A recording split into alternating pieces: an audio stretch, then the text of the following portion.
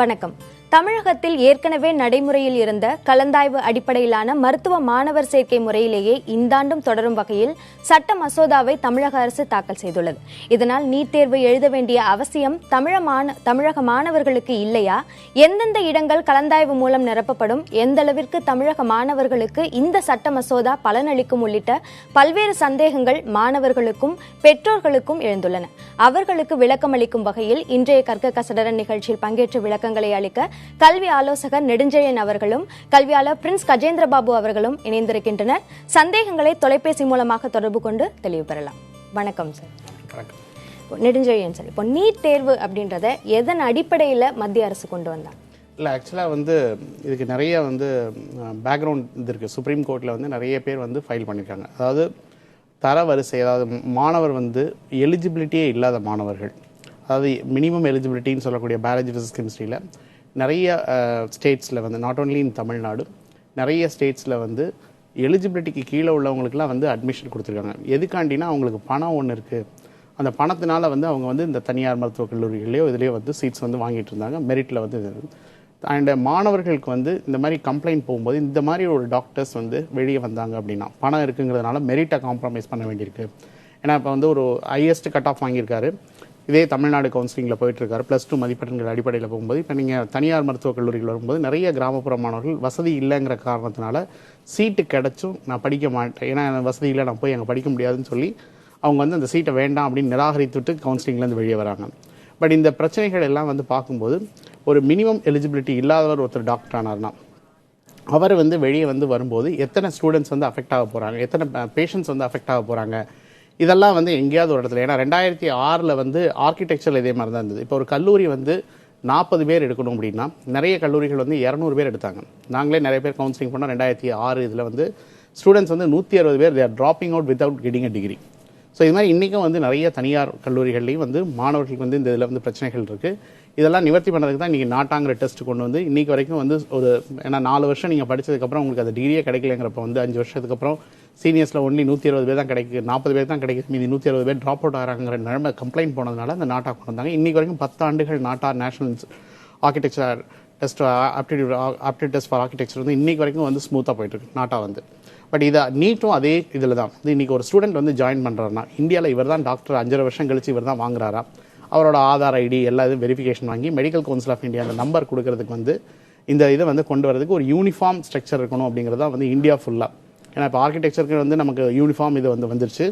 இதே மாதிரி உங்களுக்கு மருத்துவத்துக்கும் வேணும். அப்போ தான் 5.5 ஆண்டுகள் கழித்து இவர் தான் முடிச்சாரா. ஏன்னா இப்போ நிறைய பேர் ட்ராப் அவுட் ஆனாங்கன்னா அந்த சீட்டெல்லாம் நிறைய மால் ப்ராக்டிசஸ் இருக்குங்கிறது சுப்ரீம் கோர்ட்டில் டாக்குமெண்ட்ரி எவிடன்ஸ் நிறையா இருக்குது.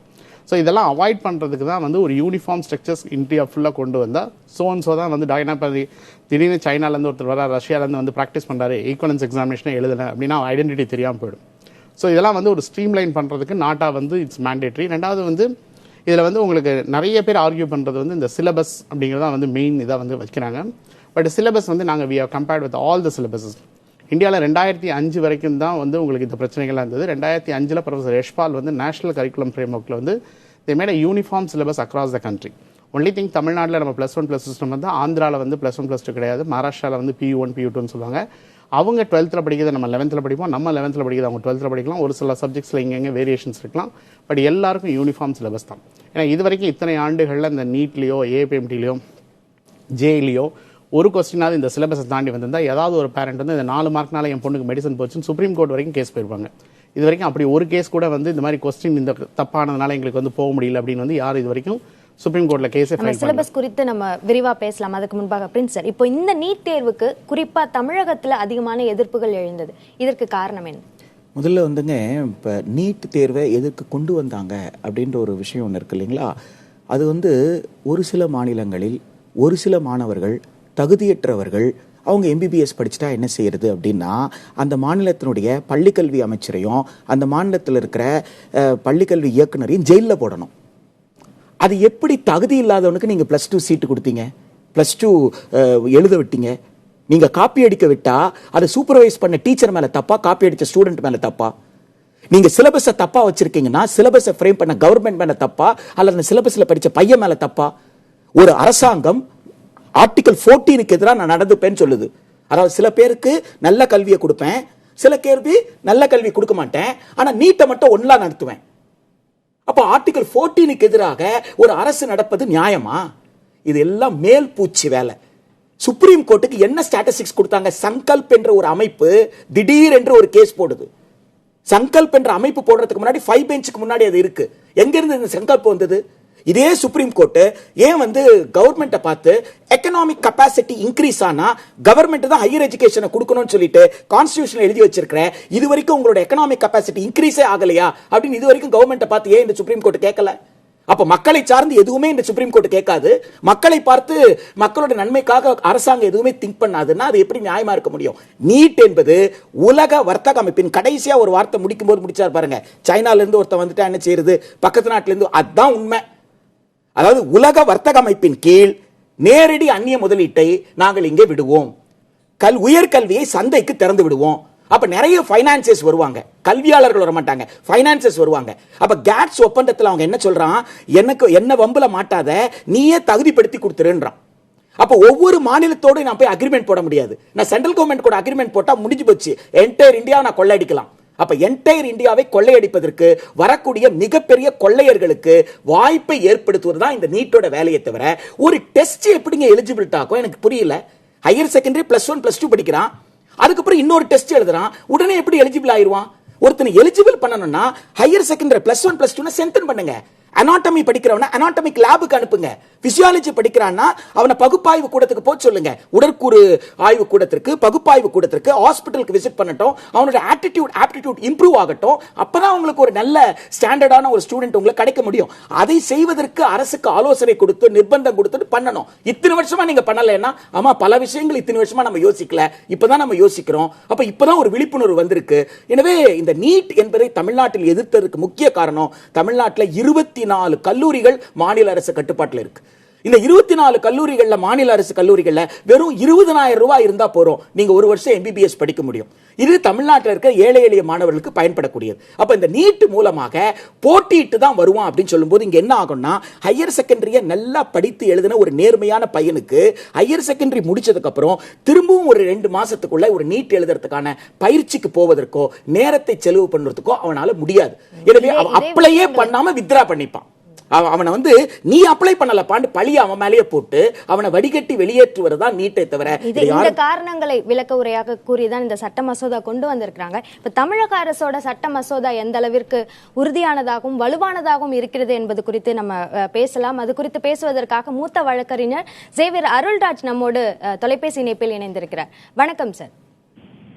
வணக்கம். வணக்கம், சொல்லுங்க மேடம். இப்போ தமிழக அரசு இந்த நீட் தேர்வு வேண்டாம், அதாவது பழைய முறைப்படியே அந்த மாணவர் சேர்க்கை நடைபெறலாம் என்பது தொடர்பாக கொண்டு வந்திருக்கும் இந்த சட்ட மசோதா எந்த அளவுக்கு சட்ட ரீதியில் வலுவானதாக இருக்கிறது?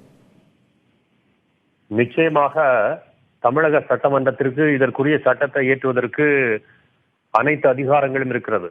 இந்திய அரசியல் சாசனத்தினுடைய உட்பிரிவு 246 கீழ், உட்பிரிவு 2 கீழ் இந்த கல்வி என்பதற்கான அனைத்து அதிகாரங்களும் கூட்டுப்பட்டியலில் இருக்கிற காரணத்தால் ஷெட்யூல் 7 லிஸ்ட் 3 என்ட்ரி 25 அதுல இந்த கல்வி பட்டியல், இந்த கல்வி அந்த பட்டியலில் வருகிறது. அப்படி வருகிற பட்சத்தில் அதற்கு அதிகாரம், அந்த சட்டத்தை இயற்றுவதற்கான அதிகாரம் மாநில சட்டப்பேரவைக்கு இருக்கிறது. இது இந்தியா என்பது ஒரு ஓர்மையான ஒரு அரசு அல்ல. இது ஒரு கூட்டாட்சி தத்துவத்தின் கீழ் இயங்குகிற ஒரு அரசு. மாநிலங்களுக்கு கல்வியின் மீது ஆளுகை இருக்கிறதா இல்லையா என்பது கேள்வி, இருக்கிறது என்பது பதில். அப்படி பதில் இருக்கிற பட்சத்தில் மாநில அரசாங்கத்தினுடைய அதிகாரத்தின் கீழ் அவர்கள் கல்வியில் தமிழகத்தில் இருக்கிற மாணவர்களுக்கு எப்படி தரமான ஒரு கல்வியை கொடுக்கிறார்களோ அந்த தரத்திற்கு ஏற்றபடி அவர்கள் தகுதி தேர்வை நடத்தி கொள்வதற்கான உரிமை அவர்களுக்கு இருக்கிறது என்பது இந்திய அரசியல் சாசனத்தினுடைய அடிப்படை. எனவே அதன் அடிப்படையில் தான் இந்த நுழைவுத் தேர்வை 2006 வரை தமிழகமே நுழைவுத் தேர்வு நடத்தியது. அதன் பிறகு வேண்டாம் என்று சொல்லி 2007 முதல் 12ஆம் வகுப்பு மதிப்பெண்கள் அடிப்படையில் மாணவர்கள் சேர்க்கை நடைபெற்றது. திடீரென்று கடந்த ஆண்டு மீண்டும் அதை நோண்டி எடுத்து இந்த நீட் தேர்வை கொண்டு வர விரும்புகிறார்கள். மெடிக்கல் கவுன்சில் ஆஃப் இந்தியாவிற்கு அதற்கு அதிகாரம் இருக்கிறது என்று சொன்னார்கள். இப்போது மெடிக்கல் கவுன்சில் ஆஃப் இந்தியாவுக்கு அதிகாரம் இல்லை, பரவாயில்லை, அதற்கு பதிலாக CBSE நடத்தலாம் என்று சொல்கிறார்கள். இது ஒட்டுமொத்தமாக மக்களை குழப்புவதாகும். அடிப்படையில் திரு பிரின்ஸ் கஜேந்திர பாபு சொன்னது போல 12 ஆண்டுகள் ஒரு மாணவன் ஒழுங்காக படிக்காமல், படிக்கிறானா படிக்கலையா படிக்கவில்லையா என்பதுதான் கேள்வி. ஒழுங்காக படித்தால் அந்த மதிப்பெண் அடிப்படையில் நீங்கள் அவனுக்கு இடம் கொடுக்க வேண்டும். அதற்கு பதிலாக புதிய ஒரு தேர்வை ஏன் உற்பத்தி செய்கிறீர்கள்? தேசிய தகுதி தேர்வு என்று சொல்லி. தேசிய தகுதி தேர்வு என்பது இங்கு எப்போதும் ஒரு ஏற்புடையதல்ல. காரணம், இந்த மாநிலங்கள் அடிப்படையில் கல்வி திட்டம் நடைபெறுகிறது. மாநிலங்கள் அடிப்படையில் ஒரே மாநிலத்திற்குள்ளேயே நகர்ப்புற பள்ளிகள், கிராமப்புற பள்ளிகள், ஏராளமான வர்க்க வேறுபாடுகள், ஏராளமான குறியீட்டு வேறுபாடுகள், இண்டெக்ஸ் வேறுபடுது. ஒரு சில பள்ளிகள் இங்கு மிக உயர்ந்த கல்வியை தருவதற்கு முயற்சிக்கின்றன. அவர்களுக்குரிய உள்கட்டுமானம், அதற்குரிய ஆசிரியர்கள் இருக்கிறார்கள். இங்கு ஒரு சில கிராமப்புறத்து பள்ளிகள் எல்லாம் மிகவும் பின்தங்கிய நிலையில் இருக்கிறது.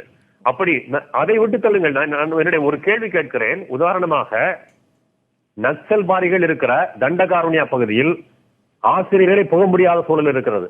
அங்கும் பள்ளிகள் இருக்கின்றன. அங்கும் ஏதோ ஒரு சில தன்னார்வ குழுக்கள் நடத்தி கொண்டிருக்கிறார்கள். அந்த பள்ளிகளில் படிக்கிற மாணவர்கள் டெல்லியிலும் பம்பாயிலும் இருக்கிற உயர்தர பள்ளிகளில் படிக்கிற மாணவர்களோடு எப்படி நீட் தேர்வில் போட்டி போட முடியும்? ஒரு அடிப்படை இருக்க வேண்டாமா? உங்களுடைய கேள்வி புரிகிறது. எனக்கு மற்றொரு கேள்வி இருக்கிறது. அதாவது எல்லோருக்குமே இந்த மசோதா வந்த பிறகு எல்லாருக்குமான இருக்கக்கூடிய ஒரு சந்தேகம் என்னவென்றால், மீண்டும் உச்சநீதிமன்றத்துடைய ஒரு தலையீடு இருந்தால் இந்த பழைய நடைமுறையில் மேலும் ஆபத்துகள் வருவதற்கு வாய்ப்பு இருக்குமா என்பது, அதற்கான இடம் இருக்குமா? நிச்சயமாக சட்டப்பேரவை இயற்றுகிற எந்த சட்டத்தையும் நாம் நீதிமன்றம் மீளாய்வு செய்யலாம், ரவி செய்யலாம். அதற்கான அதிகாரம் நீதிமன்றத்திற்கு இருக்கிறது. குறிப்பாக நீதிமன்றத்தில் இன்னும் வழக்கு முடியவில்லை. இந்த கிறிஸ்டியன் மெடிக்கல் காலேஜ் என்று சொல்லக்கூடிய வேலூரில் இருக்கிற கிறிஸ்டியன் மெடிக்கல் காலேஜ் தான் அந்த வழக்கே தொடுத்தது. அந்த வழக்கில் இடைக்கால தீர்ப்பு தான் இந்த தீர்ப்பு. அந்த இடைக்கால தீர்ப்பில் ஏற்கனவே மாண்புமிகு நீதியரசர் தாவே அவர் இளைய நீதிபதியாக இருந்த போது நீட் தேர்வை நடத்த முடியாது என்று சொல்லி உச்சநீதிமன்றம் தீர்ப்பிட்டது. அதற்கு பிறகு அதில் இருந்த 2 நீதிபதிகள், விக்ரம்ஜித் சென், அதோடு மற்றொரு நீதிபதி ஓய்வு பெற்ற பின்னர் தாவே மறுபடியும் மூத்த நீதிபதியாக மாறினார். எனவே அந்த நீதி பலகை மீண்டும் அந்த வழக்கை எடுத்துக்கொண்டு தாங்கள் விதித்த இடைக்கால தடை உத்தரவை தாங்களே அவர்கள் எடுத்துவிட்டு அந்த நீட்டை நடத்தலாம் என்று சொல்லிவிட்டார்கள். ஒரே ஒரு மாற்றம், எம்சிஏ நடத்துவதற்கு பதிலாக சிபிஎஸ்இ நடத்தலாம் என்று சொன்னார்கள். இன்னும் வழக்கு நிலுவையில் இருக்கிறது. இப்போது நீட் தேர்வு, கடந்த ஆண்டு நடத்தப்பட்ட நீட் தேர்வும் சரி, இந்த ஆண்டு நடத்தப்பட முயற்சிக்கிற நீட் தேர்வும் சரி, இடைக்கால உத்தரவின் அடிப்படையில் நடத்தப்படுகிறது. இன்னும் வழக்கே முடியவில்லை. வழக்கு இறுதி விசாரணைக்காக வரும். அப்படி வருகிற பட்சத்தில் நாம் இப்போது இயற்றுகிற இந்த சட்டம் மீண்டும் நீதிமன்றத்தால் மீளாய்வுக்கு எடுத்துக் கொள்ளப்படலாம். சங்கல்பு போன்ற பல அமைப்புகள் தேவையில்லாமல் இது போன்ற வழக்காடுவதற்கென்றே ஒரு சில அமைப்புகள் இருக்கின்றன. அந்த அமைப்புகள் இது போன்ற சட்டங்களை விசாரணைக்கு உட்படுத்தலாம். ஆனால் என்னுடைய தாழ்மையான கருத்து என்னவென்று சொன்னால், இந்த சட்டத்தை 9வது அட்டவணையின் கீழ் கொண்டு வர வேண்டும். 9வது அட்டவணையின் கீழ் கொண்டு வந்தால் அதற்கு அரசியல் சாசன பாதுகாப்பு கிடைக்கும். அப்படியானால் அதை நீதிமன்றம் எளிதில் அதை மீண்டும் மாற்றுவதற்கு வாய்ப்பில்லை.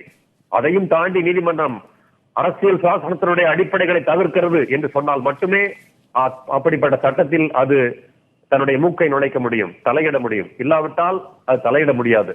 அப்படி எப்படி 69 விழுக்காடு இடஒதுக்கீட்டிற்கு தமிழ்நாடு அரசு இயற்றி இருக்கிற 69 விழுக்காடு இடஒதுக்கீட்டிற்கு 9வது அட்டவணையின் பாதுகாப்பு வழங்கப்பட்டிருக்கிறதோ, அதே போல இந்த நீட் தேர்வு வேண்டாம், தமிழக மாணவர்களுக்கான கல்வி திட்டத்தின்படி நாங்கள் எங்களுக்கு ஒரு அமைப்பை வைத்திருக்கிறோம் என்று சொல்லி மாநில அதிகாரத்தை உறுதிப்படுத்துகிற இந்த சட்டத்தை 9வது அட்டவணையின் கொண்டு போனால் அது சிறப்பாக இருக்கும் என்பது என்னுடைய கருத்து. நிச்சயமாக தமிழக அரசு கொண்டு வந்திருக்கும் இந்த சட்ட மசோதா குறித்த சட்ட ரீதியிலான ஒரு தெளிவை தொலைபேசி இணைப்பில் அளித்ததற்கு நன்றி திரு ஜேவியர் அருள்ராஜ் அவர்கள். தொலைபேசி இணைப்பில் தாம்பரத்திலிருந்து சௌமியா இருக்கீங்க, உங்களுடைய கேள்வி கேட்கலாம்.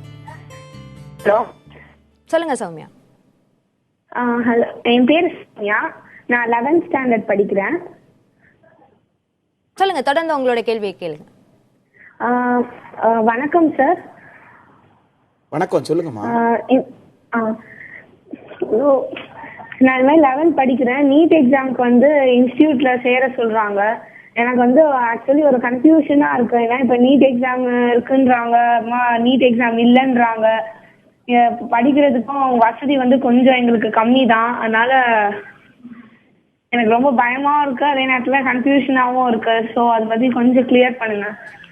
சௌமியா போன்ற மனநிலை தான் நிறைய பேர் மாணவர்கள் இருப்பாங்க. இருக்கிறாங்க. அதுல என்னன்னு கேட்டீங்கன்னா, இப்ப முதல்ல வந்து அவங்க ஹையர் செகண்டரியே படிக்கணும்ல. அப்போ ஃபர்ஸ்ட் இயர்ல இருக்கக்கூடிய சப்ஜெக்ட்ஸை, பிசிக்ஸ், கெமிஸ்ட்ரி, ஜுவாலஜி, பாட்னியில் இருக்கிற சப்ஜெக்ட்ஸை தரோவாக அவங்க படிக்க வேண்டியது இருக்கு. அதுக்கப்புறம் ஹையர் செகண்டரி செகண்ட் இயரை அவங்க தரோவாக படிக்க வேண்டியது இருக்கு. இது ரெண்டும் படிச்சதுக்கு அப்புறம் தான் அவங்களுக்கு ஒரு ஐடியாவே கிடைக்கும், தனக்கு வந்து பயாலஜி பிடிச்சிருக்கா பிடிச்சில்லையான்ட்டு. இன்னும் அவங்க ஹையர் செகண்டரியில் ஃபர்ஸ்ட் இயர் செகண்ட் இயரில் முடிக்காத போது அனாட்டமி இன்னும் படிக்கல, ஃபிசியாலஜி இன்னும் படிக்கல, இதெல்லாம் படிக்கிறதுக்கு முன்னாடியே அவங்களுக்கு ஆட்டிடியூடோ ஆப்டிடியூடோ இருக்குன்னு எப்படி நம்ம வந்து கருத்து சொல்ல முடியும்? எனவே முதல்ல வந்து அவங்க ஹையர் செகண்டரியை +1 +2 படிக்கிறதுன்றது ரொம்ப முக்கியம். ரெண்டாவது, ஜிப்மருக்கு இன்னும் கூட தனியாக எக்ஸாம் நடத்திட்டு இருக்கிறாங்க, எய்ம்ஸுக்கு தனியாக நடத்திட்டு இருக்காங்க, ஆல் இண்டியா லெவலில் 15% தனியாக எக்ஸாம் நடத்திட்டு இருக்காங்க. இப்போ அதெல்லாம் அவங்க அப்ளை பண்ண போறாங்கன்னா அதுக்கான ப்ரிப்பரேஷன் அவங்க தனியாக செய்து தான் ஆகணும். ஆனால் +1 சேர்ந்து போதே நீட்டுக்கும் சேர்ந்து செய்யணுமான்றது அது வந்து ஒரு கமர்ஷியல் இன்ட்ரெஸ்ட் தானே தவிர ஒரு ஸ்டூடெண்டோட ஆங்கிள் இருந்து பார்த்தீங்கன்னா அது பாசிபிலிட்டி இல்லை. நீங்கள் முதல்ல சப்ஜெக்டை வந்து நீங்கள் தரோவாக படிக்கிறதும், நீங்கள் வந்து ஸ்டேட் போர்டு டெக்ஸ்ட் புக்ஸை ஃபாலோ பண்ணுறீங்கன்னா கம்பேரிட்டிவாக என்சிஆர்டி டெக்ஸ்ட் புக்ஸை வச்சுட்டு நீங்கள் ரெண்டையும் கம்பேர் பண்ணி கூட படிக்கலாம். அது வந்து உங்களுக்கு ஹெல்ப்ஃபுல்லாக இருக்கும். அதில் கொடுத்துருக்கூடிய ரெஃபரன்ஸ் புக்ஸ் இருக்கும், அந்த ரெஃபரன்ஸ் புக்ஸையும் சேர்த்து படிக்கலாம். ஸோ அதுக்கு கைடன்ஸ் நீங்கள் யார்கிட்ட வேணாலும் எடுத்துக்கலாம். அப்படி படிக்கிறது தான் ஒரு ஆழமான படிப்பாக இருக்க முடியும். அது படித்து முடித்த பிறகு அவங்க என்ட்ரன்ஸ் எக்ஸாமுக்கு இருக்கக்கூடிய என்ட்ரன்ஸ் எக்ஸாம்ஸ்க்கு அவங்க வந்து தயாராகலாம். அடுத்த தொலைபேசி இணைப்பில் கயல்விழி, உங்களுடைய கேள்வி என்ன? வணக்கங்க. வணக்கம். என் பேர் கயல்விழி. நான் என்னோட பையன் வந்து 11th படிக்கிறான். இப்போ நெக்ஸ்ட் இயர் அவனுக்கு நீட் இருக்குமா இருக்காதா, எப்படி என்ன பண்ணணும், நாங்கள் என்ன ப்ரிப்பேர் பண்ணணும் அதுக்காக? கிட்டத்தட்ட அதே மாதிரியான ஒரு கேள்விதான். நெடுஞ்செழியன் சார், நீங்க சொல்லுங்க. இப்ப 11ஆம் வகுப்புல இருந்தே நீட் தேர்வு இல்ல இது போன்ற நுழைவுத் தேர்வுகளுக்கு தயாராக வேண்டிய கட்டாய மாணவர்களுக்கு இருக்கு. ஆக்சுவலா தமிழ்நாட்டில் மெஜாரிட்டி ஆஃப் த ஸ்கூல்ஸ், ஒரு சில தனியார் பள்ளிகள் தவிர, அரசு பள்ளிகள் தவிர பாதி ஸ்கூல்ல இந்த 11th சொல்லித்தரது கிடையாது. இப்போ நிறைய கேள்விகள் நம்ம வந்து பார்க்கணும் அப்படின்னா 11th டெக்ஸ்ட் புக்கை ஃபுல்லாக சொல்லித்தரணும், 12th புக்கையும் ஃபுல்லாக சொல்லித்தரது தான் அந்த அகில இந்திய தேர்வுகள் எல்லாத்துக்குமே நீங்கள் வந்து தயாராக போய் செல்ல முடியும். இப்போ ஏன்னா அகில இந்திய தேர்வுகள் எல்லாம் எடுத்துக்கிட்டோம் அப்படின்னா 50% 11th வரும், 50% 12th வரும், அண்ட் இன்க்ளூடிங் ப்ராக்டிக்கல்லேருந்து வரும். இதில் கேள்விகள் எப்படி இருக்கும்னா, ஒரு சில கேள்விகள் வந்து நீங்கள் பண்ணுற எக்ஸ்பெரிமெண்ட்ஸ்லேருந்து கேட்பாங்க. செய்முறைகளில் நம்ம பாதி ஸ்கூல்ஸில் வந்து இந்த செய்முறைகளை வந்து நம்ம சொல்லித்தரதில்லை.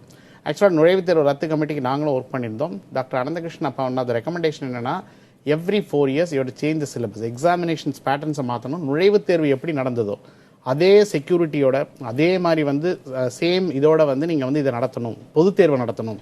இன்றைக்கி பொது தேர்வில் நிறைய பள்ளிகள் வந்து என்ன பண்ணுறாங்கன்னா, ஒரு சில பள்ளிகள் வந்து நிறைய அதிகமாக மாணவர்கள்ட்ட பணம் இருக்கிறவங்கள்ட்ட பணம் வாங்கிட்டு பணம் இல்லாத மாணவர்கள்ட்ட அதிக மதிப்பெண்கள் வாங்கின அரசு பள்ளியில் படிக்கக்கூடிய மாணவர்களை கொண்டு வந்து இவங்க பள்ளியில் சேர்த்து இவங்க எல்லாருக்கும் வந்து எக்ஸாமினேஷனில் ஒரு கிரெடிபிலிட்டியை இப்போ இல்லாமல் ஆக்கி இந்த மாணவர்களை மட்டும்தான் இப்போ வந்து முன்னிலைப்படுத்தி அவங்களை கொண்டு வர்றாங்க வெளியே மெடிக்கலில் வந்து. அண்ட் அகில இந்திய தேர்வுகள் எதுக்குமே நம்ம மாணவர்களை வந்து நம்ம தயார்படுத்துறது, whether it's IIT, BITS Pilani எல்லாத்தையும். ஏன்னா இப்போ வந்து ஒரு 20 வருஷத்துக்கு முன்னாடி இங்கே வந்து மாணவர்கள் வந்து பிட்ஸ் பிலானி ஐஐடி போகிறதெல்லாம் ரொம்ப காமனாக இருந்தது. பட் இன்றைக்கி நம்ம ஸ்கூலில் இருந்தே நம்ம எஜுகேஷன் சிஸ்டத்தில் வந்து நம்ம கொஞ்சம் கொஞ்சமாக கரெக்ட் பண்ணி மாணவர்களுக்கு முழுமையாக புக்ஸ்தகத்தை சொல்லித்தராமல் இன்றைக்கி இந்த பொண்ணெல்லாம் கேட்க வேண்டிய அவசியமே இல்லை. ஏன்னா 25 வருஷத்துக்கு முன்னாடி கோச்சிங் கிளாஸுங்கிற கான்செப்டே கிடையாது. இதே எய்ம்ஸ், இதே ஜிப்மர், இதே சிஎம்சி எல்லா ஆல் இண்டியா எக்ஸாமினேஷன் இருந்தது. அன்னைக்கு மாணவர்கள் ஆசிரியர்கள் எப்படி இருந்தாங்கன்னா, நாங்கள் கான்செப்ட் நல்லா சொல்லித்தரோம், எங்கள் பையன் எப்படி கேட்டாலும் எழுதுவான்னு. பொதுத் தேர்வானது வந்து நீங்கள் ஓராண்டு படித்து 3 மணி நேரம் எழுத வேண்டியது. அகில இந்திய தேர்வுகள் எல்லாம் 4 சாய்ஸ் கொடுத்து கேட்கும்போது எப்போ படித்தது வேணாலும் கான்செப்ட் நல்லா சொல்லி கொடுத்துருந்தா, நான் திருப்பி சொல்கிறேன், உங்களுக்கு பாடத்தை புரியுற வகையில் நல்ல அண்டர்ஸ்டாண்டிங்கோட சொல்லி கொடுத்துருந்தா இந்த கொஸ்டினை நீங்கள் 4 சாய்ஸ்லேருந்து சூஸ் பண்ணுறது ரொம்ப ரொம்ப ஈஸி. நீங்கள் போர்டு மாதிரி நீங்கள் மொத்தமாக படித்ததை வந்து 3 மணி நேரத்தில் நீங்கள் ரீகலெக்ட் பண்ணி எழுத வேண்டியதில்லை. 4 சாய்ஸ் கொடுத்து அப்ஜெக்டிவ் டைப் நேச்சரில் வந்து இந்த ஆல் இண்டியா எக்ஸாமினேஷன்ஸ் எல்லாமே ஈஸி. நீட் மட்டும் கிடையாது, ஐஐடி எல்லாமே. பட் இதில் என்ன கேட்குறாங்கன்னா, உங்கள் திங்கிங் ஸ்கில்ஸ், கிரிட்டிக்கல் ஸ்கில்ஸ், நீங்கள் படித்ததை நீங்கள் எப்படி புரிஞ்சு ஞாபகப்படுத்தி இதில் அப்ளை ஆகுதுங்கிறத ஒப்பிட்டு பார்க்கக்கூடிய ஸ்கில்ஸ் எல்லாம் வந்து டெஸ்ட் பண்ணுறாங்க வெளியே. இதில் மாணவர் புரிந்து படிக்கக்கூடிய மாணவர் எவருக்குமே வந்து ஒரு பிரச்சனையும் கிடையாது. இதுக்கு தனியாக கோச்சிங் பண்ணுமா தேவையே கிடையாது. நான் என்ன சொன்னேன்னா, அந்த நீட் சிலபஸை எடுத்து கொண்டு வந்து உங்கள் 11th and 12th ஸ்டாண்டர்ட் புக்கில் வந்து இப்போ நாங்கள் வந்து எல்லா போர்டையும் வச்சு நாங்கள் லாஸ்ட் இயர் நாங்கள் வந்து ஒரு எக்ஸ்பெரிமெண்ட் பண்ணி கிளாஸ் இருக்கும்போது எல்லா போர்டுமே, Tamil Nadu board, Telangana board, CBSE board, even state board, நம்மளோட தமிழ்நாடு எல்லாமே இந்த 11th and 12th போர்ஷன்லேருந்து தான் வருது. பட் நம்ம தமிழ்நாட்டு பள்ளிகளில் என்ன பிரச்சனைனா, தமிழ்நாட்டு மாணவர்களுக்கு நம்ம 11th சொல்லித்தரது கிடையாது. அந்த 11th சொல்லித்தராமல் 12th போகும்போது சார் சொன்ன மாதிரி பேசிக் ஃபவுண்டேஷன்ஸ் இதுக்கும் அதுக்கும் கனெக்டிவிட்டி நிறைய சப்ஜெக்ட்ஸில் இருக்கும்போது இதை புரியாமல் மனப்பாடம் பண்ணக்கூடிய நிலைமையில நம்ம மாணவர்களை உருவாக்கும். இந்த மனப்பாடம் பண்ணக்கூடிய மாணவர்கள் அகில இந்திய தேர்வுகளில் இந்த மாதிரி கொஸ்டின்ஸ் கேட்கும்போது அவரால் சத்தியமாக வந்து அதனால் ஆன்சர் பண்ணுறதுக்கு ரொம்ப தடுமாறுறாரு. இப்போ 11ஆம் வகுப்புல இருந்தே தயாராக வேண்டிய ஒரு விஷயம் வந்து இருக்கு. ஏன்னா அதோட சிலபஸும் 50% உங்களுக்கு 11th இருந்து வரும். 50% எல்லா அகில இந்திய தேர்வு, நீட் மட்டும் கிடையாது, இது அகில இந்திய தேர்வுகள் எல்லாமே. நீட்ல வருதோ தமிழ்நாட்டுக்கு வருதோ இல்லையோ அந்த 15% கோட்டா ஆல் இண்டியா கோட்டாக்கு நீங்க எழுதுறதுக்கு வந்து அந்த தேர்வு நிச்சயமாக இருக்கும். இது இந்த நேரத்தில் நம்ம மாணவர்கள் ரொம்ப குழப்பறோம். இது எப்போ போன வருஷம் நீட் ஜட்ஜ்மெண்ட் வந்து நமக்கு பிரச்சனைகள் இருந்ததோ அந்த சமயத்தில் இதை எடுத்திருந்து இதை நம்ம வந்து பண்ணியிருந்தோம். ஏன்னா இன்னைக்கு வந்து பாதி ஸ்கூல்ல நம்ம 11th சொல்லி தரல, 12th வந்து நீட்டுக்கு கோச்சிங். தமிழக அரசு ஒரு விஷயம் கொண்டு வருகிறார்கள், அப்புறம் அவசர சட்டம் வருது. இது மாணவர்களை ஒரு குழப்பத்துக்கு உள்ளாக்கி இருக்கு. தொடர்ந்து நம்ம பேசலாம். அதுக்கு முன்பாக தொலைபேசி இணைப்பில் இருக்கிறார்கள். தேனியிலிருந்து மகேஸ்வரன் உங்களுடைய கேள்வியை கேட்கலாம். மேடம், இப்ப என் பையன் வந்து கவர்மெண்ட் ஸ்கூல்ல படிக்கிறான் மேடம். சொல்லுங்க. சொல்லுங்க மகேஸ்வரன், நீங்க தொடர்ந்து உங்களுடைய கேள்வியை கேட்கலாம். அதே மேடம், இப்ப நீட் தேர்வு வந்து சிபிஎஸ்இ சிலபஸ்ல இருந்து எங்க கொஸ்டின் கேட்பாங்களா, இல்ல நம்ம கவர்மெண்ட் ஸ்கூல்ல இருந்து படிக்கிறதுனால கொஸ்டின் வந்து எப்படி மேடம் இருக்கும்? அதை பத்தி கொஞ்சம் வழக்கமாச்சு நல்லா இருக்கும். அதாவது வந்துங்க, ஹையர் செகண்டரி +1 சார் சொன்ன மாதிரி தான் உங்க பள்ளியில ஹையர் செகண்டரி +1 +2 வந்து ஸ்ட்ராங்கா நடத்தி இருக்காங்க அப்படின்னு சொன்னா அதுல இருந்து தான் வரப்போகுது. அதுல வந்து நீங்களை குழப்பப்பட வேண்டிய அவசியமே கிடையாது. அதுக்கு கூடுதலாக மற்ற டெக்ஸ்ட் புக்ஸ் இருக்குங்களா, ஒவ்வொரு டெக்ஸ்ட் புக்ல ஒவ்வொரு மாதிரியான அப்ரோச் இருக்கும். அப்ப என்சிஆர்டி டெக்ஸ்ட் புக்கோட அப்ரோச் என்ன, ஒவ்வொரு டெக்ஸ்ட் புக்ல ரெஃபரன்ஸ் மெட்டீரியல் கொடுத்திருப்பாங்க, எந்தெந்த புக்கின் அடிப்படையில் அந்த சாப்டர் எழுதியிருக்காங்கன்ட்டு. அப்ப அந்த மேற்கோள் காட்டப்பட்ட அந்த புத்தகங்களையும் சேர்த்து படிக்கிறது. அதை கூடுதலாக கொஞ்சம் முயற்சி எடுத்துக்கொள்ளணும் அந்த மாணவர். அரசு பள்ளியில படித்தாலும் தமிழ் வழியில படித்தாலும் எந்த பள்ளியில படித்தாலும் கவலைப்பட வேண்டிய அவசியம் இல்லை. +1 +2 சிலபஸோடு சேர்த்து அவர் டெக்ஸ்ட் புக்ஸ்ல என்சிஆர்டி டெக்ஸ்ட் புக் உட்பட, மத்திய அரசாங்கத்தோட என்சிஆர்டி டெக்ஸ்ட் புக் உட்பட கம்பேரிட்டிவ் படிக்கிறது, அந்த டெக்ஸ்ட் புக்ல காட்டப்பட்ட ரெஃபரன்ஸ் புக்கை எடுத்து படிக்கிறது.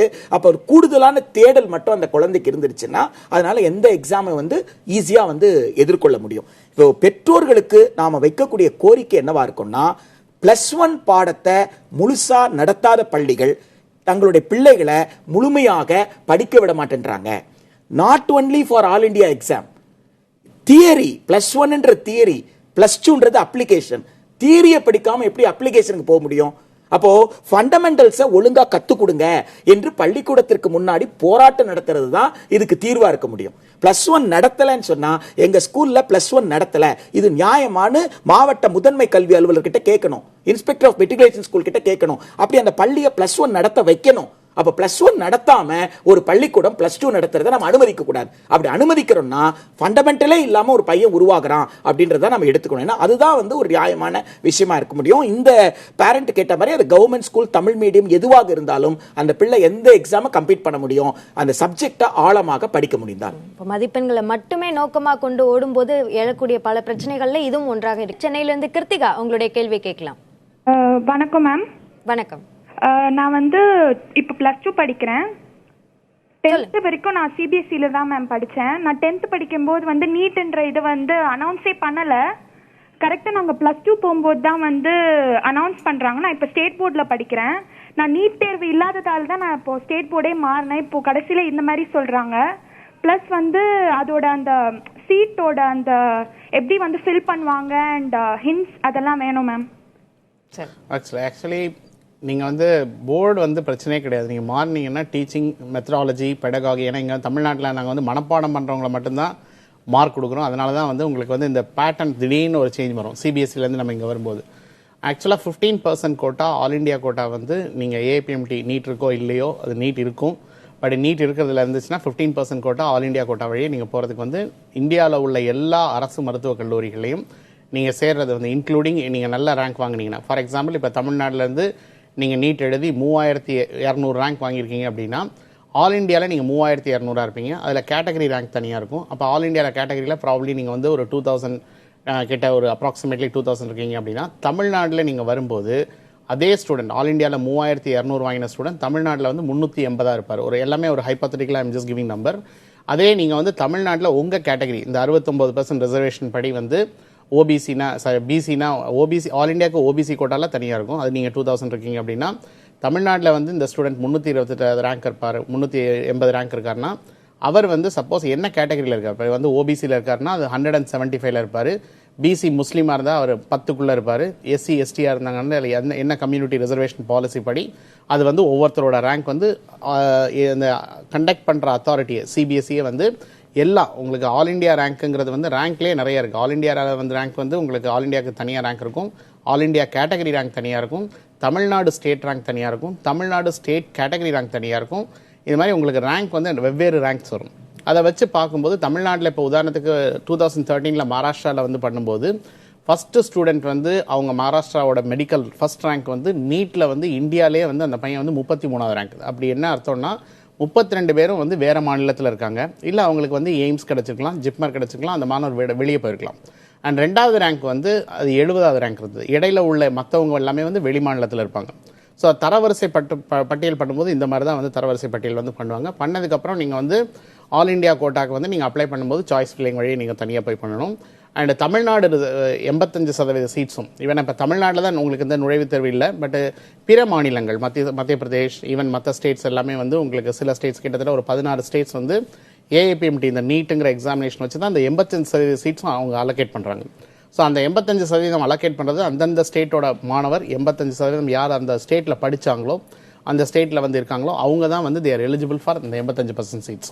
வேற அந்த 15% சீட்ஸ் தனியார் கல்லூரிகள்ல ஒரு விஷயம் இருக்கு இல்லையா சார், 65% வந்து மாநில ஒதுக்கீட்டு இடங்கள், 35% இடங்கள் வந்து நிர்வாக ஒதுக்கீட்டு இடங்கள்னு. கடந்த ஆண்டு அவசர சட்டம் கொண்டு வந்த போது அந்த 35% இடங்கள் நீட் மூலமாகத்தான் நிரப்பப்படும் அப்படின்னு சொல்லியிருந்தாங்க. அது இந்த வருஷமும் தொடரும் இல்ல? கடந்த ஆண்டு மாதிரி ஒரு most confusion for medical admission எந்த வருஷமே கிடையாது. ஏன்னா அதில் வந்து இப்போ நீட் அப்படிங்கிறத வந்து கொண்டு வரும்போது நாங்கள் ரிக்வஸ்ட் பண்ணுறது என்னென்னா எல்லாத்துலேயும் ஒரு டிரான்ஸ்பரன்சி கொண்டு வாங்க.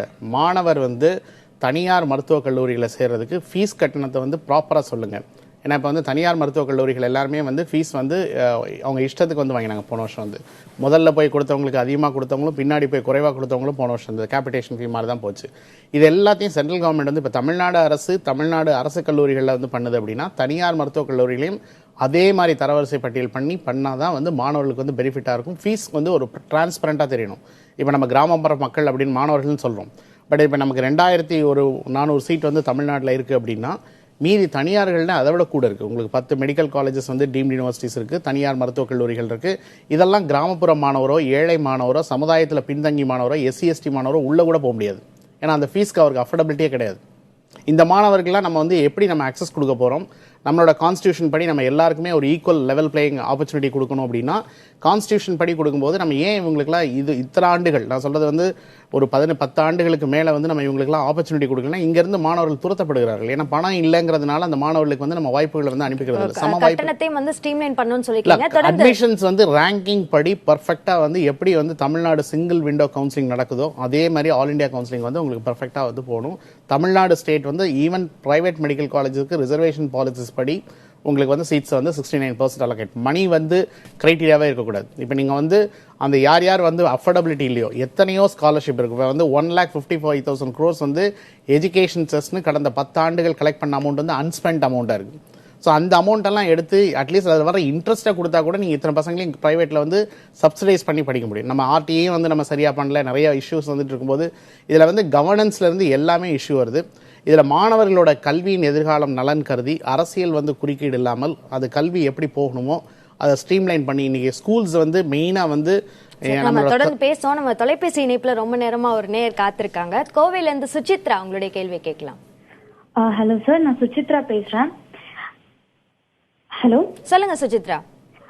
சார், நான் இதுக்காகவே வந்துட்டு நீட்காகவே நான் 1 year வெயிட் பண்ணி படிச்சுட்டு இருக்கேன் சார். இப்போ ஏன்னா போன வருஷம் வந்துட்டு ஷார் நீட் அப்படின்னு சொல்லியிருந்தாங்க. அதுக்காகவே நான் அதனால 1 வருஷமும் பிரேக் எடுத்து நான் படிச்சுட்டு இருக்கேன். இப்போ திரும்ப வந்துட்டு நீட் இருக்கா இல்லையாங்கிற சிச்சுவேஷன் திரும்ப வந்துருச்சு. மோர் தென் நிறைய ஸ்டூடெண்ட்ஸ் வந்து இதுக்காக நாங்க படிச்சுட்டு இருக்கோம். இப்ப திரும்பவும் இதே ஒரு சிச்சுவேஷன் வந்துச்சுன்னா இப்ப என்னதான் சார் பண்றது? ஏன்னா போன வருஷமே சொல்லியிருந்தாங்கன்னா நான் வேற ஏதாவது எடுத்து படிச்சிருந்திருப்பேன். ஏன்னா கொஞ்சம் எனக்கு மிஸ் ஆயிடுச்சுன்னு நான் இதுக்காகவே வேஸ்ட் பண்ணி நான் படிச்சிருக்கேன். அப்ப நான் இந்த வருஷம் 1 வருஷம் படிச்சதே வேஸ்ட் ஆயிருச்சுல சார். இப்ப திரும்ப இதே சிச்சுவேஷன் வந்துச்சுன்னா? இல்ல, அப்படி கிடையாது. ஒரு இண்டிவிஜுவலை மனசுல வச்சுக்கிட்டு வந்து ஒரு சட்டம் என்று ஏற்றப்படுவதில்லை. ஒரு இண்டிவிஜுவலுக்காக எல்லாமே செய்யறதில்லை, பட் ஒவ்வொரு இண்டிவிஜுவலுக்காகவும் செய்கிறோம். இப்போ இவங்க வந்து படிக்கிறாங்கன்னா ஜிப்மருக்கு கால் ஃபார் பண்ணியிருக்காங்க. She is eligible to apply for JIPMER. அவங்க ஜிப்மருக்கு அப்ளை பண்ணலாம், எய்ம்ஸ்க்கு வந்து அவங்க அப்ளை பண்ணலாம், ஆல் இண்டியா 15% கோட்டாக்கு வந்து அவங்க அப்ளை பண்ணலாம். ஸோ இந்த மாதிரி அவங்க படித்தது வந்து ஒன்றும் வேஸ்ட்டாக போக போகிறது இல்லை. அவங்க வந்து அந்த மாதிரி கோட்டாஸ்க்கு வந்து அவங்க அப்ளை பண்ண முடியும். இப்போ தமிழ்நாட்டில் நீட்டு வேண்டாம் அப்படின்னு சொல்கிறதுக்கு ஒரே காரணம் என்ன அப்படின்னு சொன்னால், இது தகுதிப்படுத்தலை, தகுதியாக இருக்கிறவனை ஃபில்டர் பண்ணி எராடிகேட் பண்ணுது. நீ இனிமேல் வரவே முடியாது அப்படின்னு சொல்லுது. அப்போ நான் வந்து ஹையர் செகண்டரியை கஷ்டப்பட்டு படித்து முடிச்சிடுறேன், ஸ்கூலுக்கு போயிட்டு வர்றேன், கூட போய் எங்கள் அப்பாவை கூட வேலை செய்கிறேன், எங்கள் அம்மாவோட போய் வேலை செய்கிறேன். இந்த மாதிரி இவங்களுக்கு இருக்கிற வசதி அந்த பிள்ளைகளுக்கு கிடையாது. இப்போ லீவு போட்டு ஒரு வருஷம் நீட்டுக்காக மட்டும் ப்ரிப்பேர் பண்ணுற மாதிரி இந்தியா நாட்டில் 99% மக்களால் முடியல. இந்த 1% மக்கள் இருக்காங்க இல்லையா, ஒரு வருஷம் லீவு போட்டு நீட்டுக்காக ப்ரிப்பேர் பண்ணக்கூடியவங்க, அவங்க உலகத்தின் எந்த பகுதியிலும் போய் படிக்கக்கூடிய அளவுக்கு உங்க வசதி இருக்கு. பேங்க் வந்து லோன் கொடுக்குது. எந்த உலகத்தில் எந்த நாட்டில் போய் நீங்கள் படிக்கணும்னு சொன்னாலும் பேங்க் லோன் கொடுக்குது. எந்த பிரைவேட் காலேஜுக்கு போனாலும் உங்களுக்கு லோன் கொடுக்குது. ஆனால் அந்த மாதிரி வசதி இல்லாத குழந்தைங்க, ஆனால் தகுதி படைத்த குழந்தைங்க, அவங்களுக்கு சோஷியல் கான்செப்ட் இருக்கு. நான் கிராமத்தில் போய் ஒர்க் பண்ணுறேன், இந்த மாதிரி வியாதிகள் இருக்கு, இந்த வியாதிகளுக்கெல்லாம் நான் மருத்துவம் பார்க்கணும் அப்படின்ற அந்த ஆசை இருக்குல்ல, அந்த ஆசையோட அந்த ஆட்டிடியூடோட ஆப்டிடியூட இருக்கிற பிள்ளைங்க, அவர்களுக்கு சீட்டு கிடைக்கணுன்றதுக்காக நீட்டு வேணும்னு சொல்கிறோம். இப்போ இவர்கள் பிரச்சனை, இவர்கள் தயாரித்தது வேஸ்டே ஆகாது. ஜிப்மர் கால் ஃபார் பண்ணியிருக்காங்க, ஜிப்மர் அப்ளை பண்ணட்டும், எய்ம்ஸ்க்கு அப்ளை பண்ணட்டும், ஆல் இண்டியா கோட்டாக்கு அப்ளை பண்ணட்டும், வேற எங்கெங்க வாய்ப்பு இருக்கோ அங்கெல்லாம் அப்ளை பண்ணாங்கன்னா அவங்க இந்த படிப்பை வந்து அவங்களால நிச்சயமா வந்து பயன்படுத்த. அடிப்படையில் அந்த நீட் அப்படின்னு வரும்போது நடக்குமா நடக்காதா அப்படின்றது ஒவ்வொரு வருடமும் மாணவர்கள் ஒரு குழப்பத்திற்கு உள்ளாக வேண்டிய ஒரு சூழல் இருக்கு. சிக்கல நான் என்ன சொல்றேன், நீட்டுக்காக படிக்கிறவங்க தகுதியற்றவர்கள் சொல்றேன். நீங்க நீட்டுக்காக படிக்கிறீங்க, நீங்க பயாலஜியை படிங்க, நீங்க ஜுவாலஜியை படிங்க, நீங்க கெமிஸ்ட்ரியை படிங்க, பிசிக்ஸ் படிங்க. ஃபர்ஸ்ட் நீங்க கெமிஸ்ட் ஆனதுக்கு அப்புறம் தான் நீங்க ஒரு டாக்டர் ஆக முடியும். நீங்க கெமிஸ்ட்ரி ஆக நான் நீட்டுக்கு கொஸ்டினுக்காக ஆன்சர் படிக்கிறேன்னா உங்களுக்கு என்ன ஆட்டிடியூட் இருக்கு? அந்த ஆட்டிடியூடே தப்பான ஆட்டிடியூட். அந்த ஆட்டிடியூடை குழந்தைங்களும் கைவிடணும், இன்ஸ்டிடியூஷன்ஸ் கைவிடணும், பெற்றோரும் கைவிடணும். 3 பேருமே கைவிட்டு அந்த பாடத்தை முழுமையா படிப்பதற்கு அவங்களுக்கு உதவணும். நெடுஞ்செழியன் சார், இப்போ தமிழக அரசு கொண்டு வந்திருக்க இந்த சட்ட மசோதா இளநிலை படிப்புகள் எம்பிபிஎஸ் பிடிஎஸ்க்கு மட்டும் இல்லாமல் முதுநிலை படிப்புகளுக்கும் கொண்டு வந்திருக்காங்க. நீட் தேர்வு அவசியம் இல்லைன்னு. அதற்கான தேர்வுகள் ஏற்கனவே நடத்தப்பட்ட அகில இந்திய அளவில் ரேங்க் லிஸ்ட்டும் ரிலீஸ் பண்ணிட்டாங்க. இப்போ ஸ்டேட் கோட்டாக்கு மட்டும் ரிலீஸ் பண்ண வேண்டியிருக்கு.